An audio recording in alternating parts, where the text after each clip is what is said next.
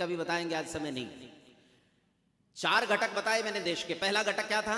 भूमि। दूसरा भूमि पर रहने वाले लोग, और तीसरा इन लोगों का भूमि पे मालिकाना हक, और चौथा संस्कृति। आओ देखते हैं ये देश कितना सुरक्षित है। ये 4 घटक इस देश के कितने सुरक्षित हैं। पहले 3 घटक मिलकर बनाते हैं राष्ट्र का शरीर, और चौथा घटक जो संस्कृति है वो होती है उस राष्ट्र की आत्मा। ये चारों चीजें, ये 3 जो शरीर के हैं और एक आत्मा, ये कितने सुरक्षित हैं इसे जानने का प्रयास करते हैं। देश आजाद हुआ कब? 1947 में। अंग्रेज देश को छोड़कर कब गए? 1900, अब सन्नाटा हो गया, 46 में, 45 में कि 44 में? कब गए देश को छोड़कर अंग्रेज?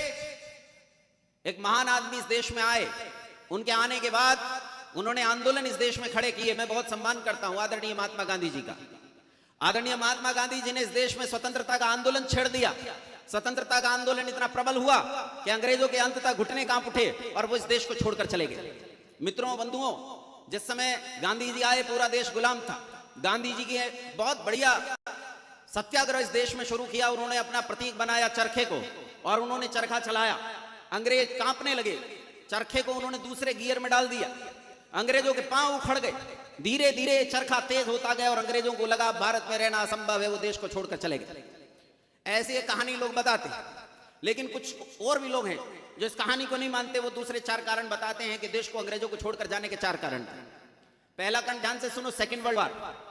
40 के दशक के शुरू होते ही दूसरा विश्व युद्ध शुरू हुआ, और दूसरे विश्व युद्ध में अडोल्फ हिटलर ने इंग्लैंड को बुरी तरह तबाह गारत कर दिया, बर्बाद कर दिया पूरी तरह। इंग्लैंड पर 2 लोगों ने हमले किए। पहला नेपोलियन बोनापार्ट और दूसरा था Adolf Hitler. Napoleon Bonaparte England का उतना कुछ नहीं बिगाड़ पाया जितना हिटलर ने बिगाड़ा। हिटलर ने पूरी तरह नेस्तो नाबूद कर दिया। इंग्लैंड की हालत ऐसी हो गई कि इंग्लैंड को अपना जीवन बचाना मुश्किल हो गया, और अंततोगत्वा इंग्लैंड ने निश्चय किया कि उसे दुनिया के कुछ उपनिवेशों से अपना कब्जा छोड़ना पड़ेगा, नहीं तो सर्वाइवल मुश्किल है। और उस समय जब अंग्रेज, यानी ये इंग्लैंड के लोग, ये ईसाई, जब इतने खस्ता हाल हो गए कि धन से, सब तरह के बल से ये कमजोर पड़ने लगे, तो इन्होंने कुछ उपनिवेशों को जब छोड़ने का निर्णय किया, तो उन्हीं में से एक उपनिवेश का नाम था भारत। ये पहला कारण कि अंग्रेज भारत को छोड़कर गए। दूसरा कारण, नेताजी सुभाष चंद्र बोस ने गांधी जी से नाराज होने के बाद इस देश से बाहर निकलकर सेकेंड वर्ल्ड वॉर में बंदी बनाए गए लोगों को मुक्त कराकर उनकी एक सेना बनाई। नाम क्या था सेना का? आजाद हिंद फौज। आजाद हिंद फौज बनाकर अंग्रेजों पर हमला कर दिया और अंग्रेजों के दांत खट्टे कर दिए। पहला प्रहार इतना भयंकर था कि अंग्रेजों को लगा अब इस देश में रहना मुश्किल है। चाहे नेताजी सुभाष चंद्र बोस जीते चाहे हारे, लेकिन अब इस देश में बने रहना बहुत मुश्किल है। तीसरा, इस देश के भीतर जो सेना थी अंग्रेजों के पास, उसमें 100% भारतीय सैनिक थे। उन्होंने विद्रोह कर दिया। उन्होंने कहा हम अंग्रेजों के शासन में नहीं रहेंगे। ये तीसरा कारण। और चौथा कारण, देश के भीतर पंडित राम प्रसाद बिस्मिल, चंद्रशेखर आजाद, भगत सिंह, अनुशीलन समिति, चापेकर बंधु और न जाने कितने संगठन उठ खड़े हुए जिन्होंने सशस्त्र क्रांति छेड़ दी और अंग्रेजों को चुन चुन कर मारना शुरू कर दिया। ये 4 मुख्य कारण थे जिनके कारण ईसाइयों को लगा कि अब इस देश में अपनी सत्ता संभालना मुश्किल है। और लगभग 1945 का अंत आते आते इस देश के सारे अंग्रेज इस देश को छोड़कर चले गए। लेकिन जाते जाते वो अपने हाथ पर लगी हुई कालिख इसी देश के कुछ लोगों के मुंह पर पोत गए। कहा हम तो जा रहे हैं, लेकिन इसके बाद सत्ता तुम्हें संभालनी है। और जब इस देश की सत्ता हाथ में आई, फरवरी 1950 का भाषण है सरदार वल्लभ भाई पटेल का, कलकत्ता में दिया था, सुन लेना, ऑल इंडिया रिकॉर्ड रेडियो ने रिकॉर्ड किया था, आज भी मौजूद है, 10 मिनट का भाषण है। वो उसमें एक आंकड़ा देते हैं कि 7 करोड़ मुसलमान थे और 7 करोड़ में से 4 करोड़ मुसलमान चले गए और देश में 3 करोड़ मुसलमान रह गए। हालांकि वहां सरदार वल्लभ भाई पटेल कह रहे हैं कि 3 करोड़ जो इस देश में रह गए हैं, ये 3 करोड़ ने भी पाकिस्तान के बनने में जी जान से सहायता की है। वो ये कह रहे हैं। पिछले दिनों में एक जगह गया था, मुजफ्फरनगर में एक जगह गया तो वहां कुछ लोग नाराज हो गए। पिछले दिनों एक आंदोलन चला दिल्ली में, उस आंदोलन के कारण कुछ लोगों का रुख बदल गया। उनके गांव में कार्यक्रम था, वो नाराज हो गए, उठकर कहने लगे सारे मुसलमान आतंकवादी नहीं होते, हिंदू भी आतंकवादी होते हैं। मैंने कहा हिंदू आतंकवादी होते हैं उसकी सूची तो आपके पास होगी, पर मुसलमान आतंकवादी होते हैं इसकी सूची मैं देता हूं। और तुमसे एक बात कहता हूं कि मुसलमान कोई आतंकवादी नहीं होता, 100% मुसलमान आतंकवादी होता है, 100%। देश में रह गए 3 करोड़, शांति से रहना चाहते हो तो रह लो, नहीं तो मैं दूसरे उपाय देता हूं। खैर मुझे भाषण से मतलब नहीं है, मैं केवल इतना कहना चाहता हूं कि वहां आंकड़ा दे रहे हैं 3 करोड़। कितने रह गए इस देश में? 3 करोड़। और बंधुओं, ये 3 करोड़ आज बढ़कर इस देश में 30 करोड़ हो गए। 75 साल अमृत महोत्सव चल रहा है। अगर 5 करोड़ ईसाइयों को निकाल दूं तो 30 करोड़ मुसलमान इस देश में हो गए हैं। 3 करोड़ से बढ़कर कितने गुना वृद्धि है? 10 गुना वृद्धि है। अगर इसी गति से बढ़ते हैं, इनकी दर और तेज ना भी हो, केवल 10% गति से बढ़े तो 30% का 10 गुना कितना बनता है अगले 75 साल में?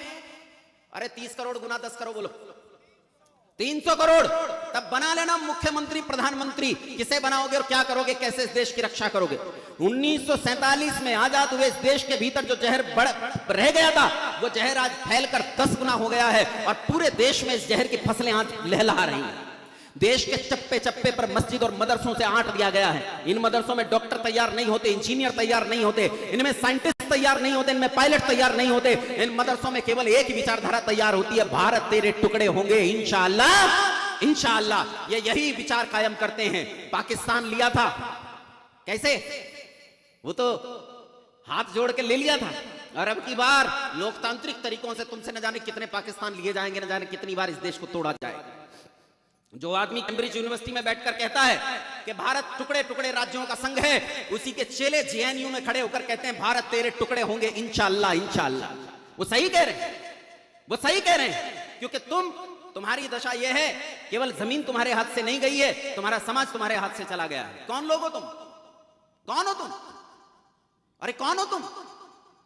तुम चमार हो, तुम वाल्मीकि हो, तुम त्यागी हो, वर्मा हो, शर्मा हो, जाट हो, ठाकुर हो, अहीर हो, पता नहीं क्या क्या हो, लेकिन एक नहीं हो। कितनी जातियों में बटे हो? कितनी जातियां तुम्हारी? बोलो कितनी हो सकती हैं? 1000? अरे कितनी होंगी भारत में? 2000, 3000, 4000, 10,000, 15,000, 20,000? कितनी होंगी? 2011 के सेंसस में जाति आधारित जनगणना कांग्रेस की सरकार ने करवाई, जिसे बाद में आंकड़े छिपा लिए गए। लेकिन जब आरटीआई से उसके आंकड़े प्रकट हुए, अकेले महाराष्ट्र में 4.5 लाख जातियां हैं। अकेले महाराष्ट्र में। भारत में 47 लाख जातियां हैं। जब वो कह रहे हैं कि भारत तेरे टुकड़े होंगे इंशाअल्लाह, इंशाअल्लाह, वो केवल जमीन नहीं बांट रहे, वो तुम लोगों को बांट रहे हैं, बांट चुके हैं, तुम्हें लड़ाते हैं। ठाकुर और चमार लड़ते हैं, जाट और ठाकुर लड़ते हैं, मेरा राजा ये, मेरा राजा ये। लोग आपस में लड़ रहे हैं, एक दूसरे को मारने के लिए तैयार हैं। हमने महापुरुषों तक को बांट लिया। महाराणा प्रताप किसी और का महापुरुष है और रविदास किसी और का। ये हम सबके महापुरुष नहीं है, हम सबके महापुरुष तक बंटे हुए हैं। परशुराम किसी और का, महाराणा प्रताप किसी और का, शिवाजी महाराज किसी और का, सबके महापुरुष तक बंटे हुए हैं। तुम्हारे इतिहास को बांट दिया गया है, तुम्हें बांट दिया गया है, तुम्हारी संस्कृति को बांट दिया गया है। भारत की दशा यह है, जम्मू कश्मीर में से 35 और 370 हटने के बाद भी जम्मू कश्मीर में 90,000 ट्रूप्स पड़े हैं, तब जाकर जम्मू कश्मीर किसी तरह कुछ नियंत्रण में है। और है नहीं, सेकंड माइग्रेशन शुरू हो गया है। अभी जितेंद्र सिंह नाम के एक सांसद है भाजपा के, उन्होंने आवाज उठाई थी 6,000 सरकारी हिंदू कर्मचारी अपने काम पर नहीं जा सकते क्योंकि उनके सर काट दिए जाएंगे। यह आज का कश्मीर है। जब 370 हट गई, 35 से हट गई, तब की बात है। भारत की दशा यह है कि केरल आज वामपंथ मुसलमान और ईसाइयत के जबड़े के बीच में कसा हुआ है। हिंदू नाम मात्र के लिए नहीं आवाज उठाए तो गला काट दिया जाता है। बंगाल में दिन दहाड़े धारदार हथियारों से गले काट दिए जाते हैं। रामनवमी की यात्राएं नहीं निकाल सकते, दशहरा नहीं कर सकते, रामलीलाएं नहीं खेल सकते, कुछ नहीं कर सकते। पूर्वोत्तर का पूरा इलाका हिंदू विहीन हो चुका है। मिजोरम में आज 2% हिंदू रहते हैं, मेघालय में 9% हिंदू रहते हैं, नागालैंड में 8% हिंदू रहते हैं। पूर्वोत्तर के 9 राज्यों में किसी एक राज्य में भी 10% हिंदू नहीं रहते, इससे नीचे रहते हैं। वो जब कह रहे हैं भारत तेरे टुकड़े होंगे इंशाअल्लाह, इंशाअल्लाह, तो वो सही कह रहे हैं। पिछले दिनों जेएनयू की दीवारों पर लिख दिया गया, बनियो ठाकुरो भारत छोड़ो, लिख दिया गया बनियो ठाकुरो भारत छोड़ो। उनका चेला कन्हैया कुमार जो कहता है कि बनियो ठाकुरो भारत छोड़ो, उसकी लोबी कहती है कि बनियो ठाकुरो भारत छोड़ो। उनका नेता राहुल गांधी अपना जनेऊ निकालकर कहता है कि मैं तो ब्राह्मण हूं, और वही आदमी बाहर जाकर कहता है कि भारत कोई एक राष्ट्र नहीं है, ये टुकड़े टुकड़े राज्यों का संघ है। बंधुओं, तुम्हारी दशा क्या है तुम इसकी कल्पना नहीं कर सकते। तुम्हारे देश के भीतर, जहां मैं रहता हूं मुजफ्फरनगर में, मेवात का ये इलाका है ना, मेवात का इलाका तुम समझते हो बड़ा खतरनाक इलाका, तुमसे लगता हुआ इलाका है।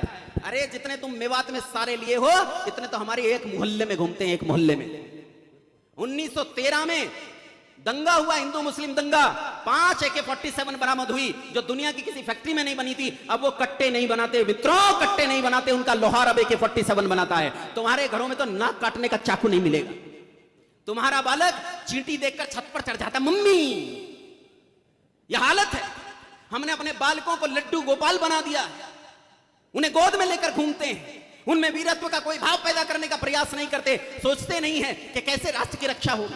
देश के भीतर बिहार, उड़ीसा, छत्तीसगढ़, झारखंड, पूरा का पूरा इलाका वामपंथियों से भर गया है। देश के भीतर जाकर तो देखो, मध्य प्रदेश में पिछले दिनों गया, मध्य प्रदेश का इलाका एक पूरा का पूरा इलाका ईसाईकरण की चपेट में है। झारखंड में गोड्डा में कुछ दिनों काम किया मैंने वहां ईसाइयों के खिलाफ। गांव गांव पूरे के पूरे गांव बदलकर ईसाई हो चुके हैं और अब वो वहां चर्च नहीं बनाते, मंदिर बनाते, यीशु मंदिर, मरियम मंदिर। मरियम बनाई गई है आदिवासी कपड़ों में, काले रंग की मरियम है, उसने धोती बांध रखी है, ऐसी मरियम बना रखी है, ये ऐसा यीशु बना रखा है। ऐसी दशा पूरे देश में 14,000 लोगों को पर डे ईसाई बनाया जाता है। मुसलमान कितनों को बनाया जाता है, इसकी तो कल्पना करना भी असंभव सा लगता है। देश केवल भीतर से ही इतना आक्रांत नहीं है, देश के चारों तरफ दुश्मन देश बैठे हैं। बस मित्र और शत्रु में उत्तर दे देना। बोलो पाकिस्तान मित्र के शत्रु, अरे मुंह से बोलो। अफगानिस्तान, चाइना, बांग्लादेश, और मित्रों जानते हो श्रीलंका और नेपाल में भी वामपंथ उसी तरह पैर पसार रहा है जैसे भारत में पसार रहा है। मैं नेपाल से सीधा यहां आया हूं तो सीधे नेपाल से आया हूं। जाकर देखो ईसाईकरण की क्या हालत है, वामपंथ की क्या हालत है। ब्राह्मण को ऐसी दृष्टि से देखते, मेरी धोती देख के मुझे ऐसे देख रहे थे जैसे दुनिया का सबसे बड़ा राक्षस में साक्षात रावण में ही आ गया, ऐसे देखते। ये सोचना पड़ेगा तुम्हें, ये जागना पड़ेगा तुम्हें। मुझसे पहले यहां संदीप जी कह रहे थे और सुंदर जी ने जाने दोनों में से, दोनों युवकों में से कौन से ने एक बात कही, लेकिन दोनों में से एक ने एक बात कही कि जब तुम पर हमला होता है तो कौन संगठन है तुम्हें जो बचाने आते हैं?